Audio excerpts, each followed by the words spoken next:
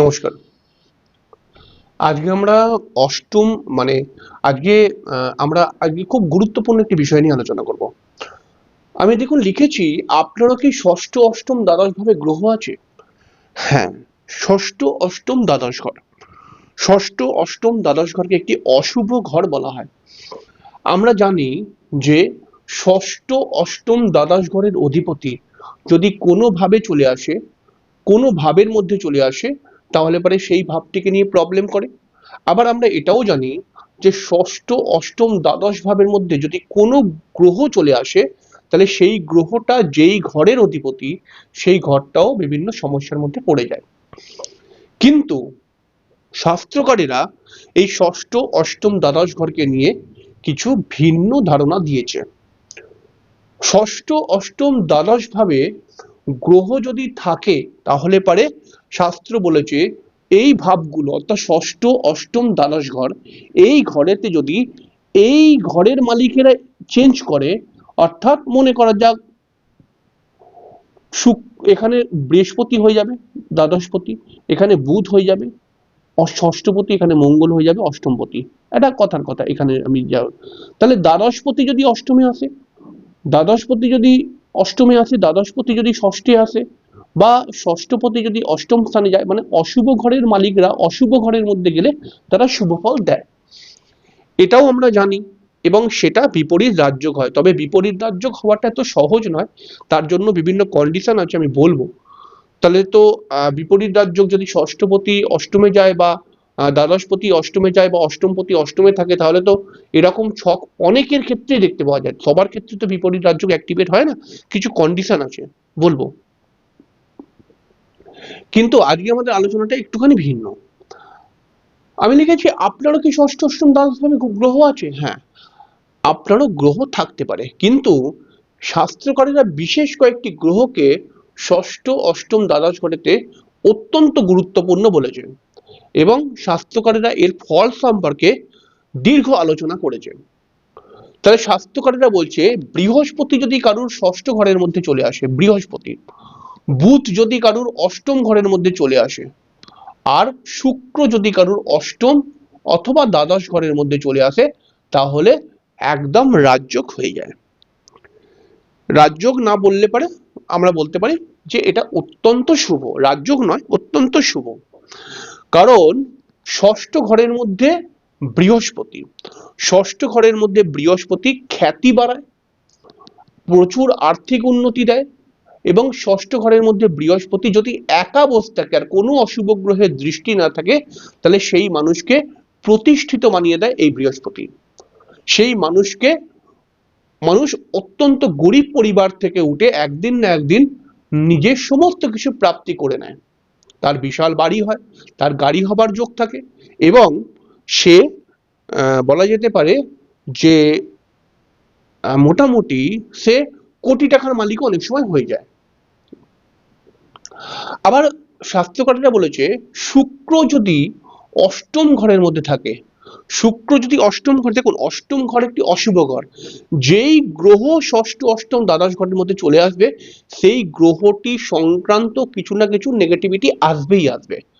কিন্তু অষ্টম ঘরে শুক্র নেগেটিভ, শত শুক্র কিছুটা খারাপ হবে, তার বিবাহিত জীবন খারাপ হতে পারে, শুক্র অষ্টম ঘরে এসে গেছে বলে, কিন্তু এই শুক্র কিন্তু মানুষকে প্রতিষ্ঠিত করে দেয়, নাম করে দেয়, সেই মানুষটিকে গাড়ি দেয়, বাড়ি দেয়, এবং একাধিক বাড়ি দেয়, একাধিক গাড়ি দেওয়ার ক্ষমতা রাখে, বিদেশ ভ্রমণ করাবার চেষ্টা করে।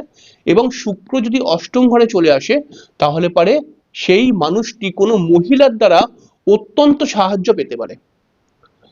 আবার শুক্র অষ্টম ঘরে, মানে অষ্টমের মতো একটি নেগেটিভ জায়গায় যদি শুক্রের মতো গ্রহ চলে আসে, তাহলে তার বিবাহিত জীবন খারাপ হবে, তার প্রেমজ জীবন খারাপ হবে, তার গাইনোকার সমস্যা আসতে পারে, বা সেক্সুয়াল কোনো প্রবলেম আসতে পারে, বা তার কি বলবো, সুগারের প্রবলেমও আসে কোনো কোনো সময়, সব ক্ষেত্রে নয়। তো এরকম প্রবলেমগুলো ক্রিয়েট করবে, কিন্তু পজিটিভ যে ফলগুলো বললাম সেইগুলোও কিন্তু হবে। আবার এই শুক্র যদি দ্বাদশ ঘরের মধ্যে চলে যায়, তাহলে দ্বাদশ ঘর থেকে আমরা কি বিচার করি? খরচ বিচার করি। তাহলে খরচ দ্বাদশ ঘর থেকে বিচার করি, এই খরচ তখনই হবে যখন ইনকাম হবে। তাই না?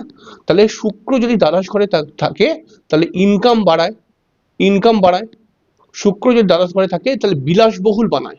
শুক্র দ্বাদশ ঘরে থাকলে পারে গাড়ি হয়, বাড়ি হয় এবং সুন্দর লাইফস্টাইল হয়, এবং তার সঙ্গে সঙ্গে সেই জাতক যেটা ইচ্ছা করে তার মোটামুটি সেটাই প্রাপ্তি হয়ে যায়, এরকম কিন্তু শাস্ত্র বলেছে। আবার বুধকে অষ্টম ঘরের মধ্যে আমরা বলতে পারি ভালো। অষ্টম ঘরের বুধ কিন্তু বুদ্ধিমান বানায়। অষ্টম ঘরের বুধ এমন হয় যে যেই ব্যক্তির অষ্টম ঘরে বুধ থাকবে সেই ব্যক্তি কিন্তু বহু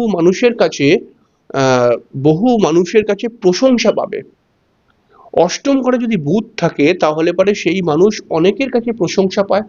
সেই মানুষটার মধ্যে অষ্টম ঘরে বুধ আছে যার, তার মধ্যে বাক চতুরতা থাকে, তার কোনো কোনো সময় রাজনীতি হয়, এবং অষ্টম ঘরে যদি বুধ থাকে তাহলে পরেও কিন্তু সে বাক্যের মাধ্যমে যদি কোনো প্রফেশনে আসে, অর্থাৎ যেই সমস্ত প্রফেশনে বাক্যের একটা প্রয়োজনীয়তা রয়েছে, সেটা জ্যোতিষ হতে পারে, সেটা ওকালতি হতে পারে, সেটা যে কোনো পরামর্শদাতা হতে পারে যেখানে বাক্যের প্রয়োজন, এরকম প্রফেশনে প্রচন্ড ডেভেলপ করে নেন। জাতকের নাম বিদেশ অব্দি ছড়িয়ে যায় অনেক সময় বলেছে।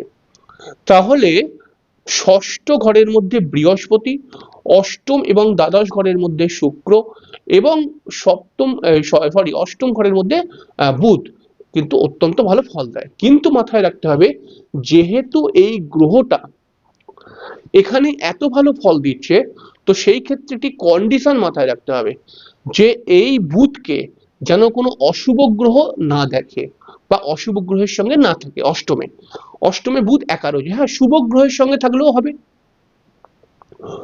বৃহস্পতি ষষ্ঠে বসে রয়েছে, কিন্তু ষষ্ঠে যেন বৃহস্পতি অন্য কোনো অশুভ গ্রহের সঙ্গে বসে যায় না, তাহলে ফলটা কমে যাবে। ফলটা পাবেই না একদম নয়, ফলটা অনেকাংশে কমে যাবে। এই বৃহস্পতিকে যদি বৃহস্পতি মনে করা যাক ষষ্ঠেই বসে রয়েছে, কিন্তু এই বৃহস্পতিকে কোনো না কোনো অশুভ গ্রহ দেখছে, অশুভ গ্রহ কিন্তু, তাহলে বৃহস্পতির ষষ্ঠে থাকার যে ফলটা আসল, সেই ফলটা অনেকাংশে কমে যাবে। ঠিক তেমন ভাবেই শুক্র ধরুন অষ্টম বা দ্বাদশ ঘরে বসে রয়েছে এবং এই শুক্রকে কোনো অশুভ গ্রহ দেখছে, শুভ গ্রহ দেখলে পারে কিন্তু বৃদ্ধি করবে ফলটা, কিন্তু অশুভ গ্রহ যদি দেখে তাহলে পারে কিন্তু এই শুক্র যেই পরিমাণে ফল দিতে পারতো সেই পরিমাণে ফলটা দেবে না। তাহলে আপনিও আজকে আপনার জন্মছক খুলে দেখুন যে আপনার ষষ্ঠ অষ্টম দ্বাদশ ঘরের মধ্যে এই গ্রহগুলো আছে কিনা, আর যদি থাকে তাহলে পারে আপনাকে কোটিপতি না হলেও বেশ কিছুটা পয়সার মালিক বানাতে কেউ রুখতে পারবে না। একদিন না একদিন আপনার নাম, প্রতিষ্ঠা সবকিছুই আসবে। অবশ্যই আপনি আপনার নিজের জন্মছকটা চেক করুন আজই। যাই হোক, পরের দিন দেখা হবে আবার আর একটা নতুন বিষয় নিয়ে চলে আসবো।